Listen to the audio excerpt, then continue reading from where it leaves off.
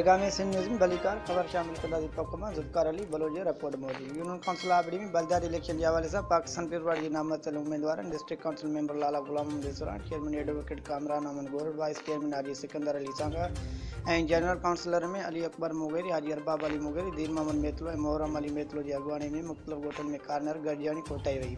Union council आबड़ी के मुख्तलिफ़ गोटन के बाशिवर माण्हुनि वॾे अंग में शिरकत करे तीर खे वोट ॾियण जो वचन कयो ऐं भरपूर नमूने सां पूरे पैनल जो हिमायत करण जो ऐलान कियो। यूसी आबड़ी ते पाकिस्तान पीपल्स पार्टी तरफ़ां बीठल उम्मीदवारनि जी कार्नर गॾिजाणी डिस्ट्रिक्ट काउंसिल मेंबर लाला गुलाम मोहम्मद सुरान की अगवानी में चेयरमैन ऐं ॿियनि उम्मीदवारनि ॻोठ यूनियन सांगा, ॻोठ मसू भुट्टो ऐं ॻोठ आबड़ी समेत मुख़्तलिफ़ ॻोठनि में ॻोठाणनि सां मुलाक़ात करे वोट जी अपील कई। उन मौक़े ते पीपी जे डिस्ट्रिक्ट उम्मीदवार लाला गुलाम मोहम्मद सुरान चयो त असीं अवाम जी ख़िदमत करण जे ख़ातिर हिकु पुरख़लूस वफ़ादार साथी सां मैदान ते लथा आहियूं। इंशाअल्लाह मकानी चूंडनि में यूनियन काउंसिल आबड़ी में मुखालफ़नि सां भरपूर मुक़ाबिलो करे मुखालफ़नि खे हिकु तारीख़ी इबरतनाक शिकस्त ॾींदासीं।